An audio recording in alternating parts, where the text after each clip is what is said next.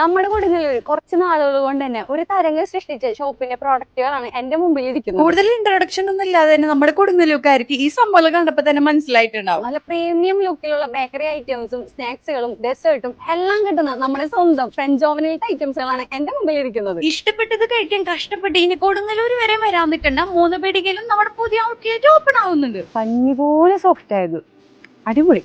ഇത് അവരുടെ സിഗ്നേച്ചർ ഐറ്റമാണ് നവാബി സേവ. എങ്ങനെയുള്ളത് നമ്മൾ കഴിച്ചു നോക്കാം.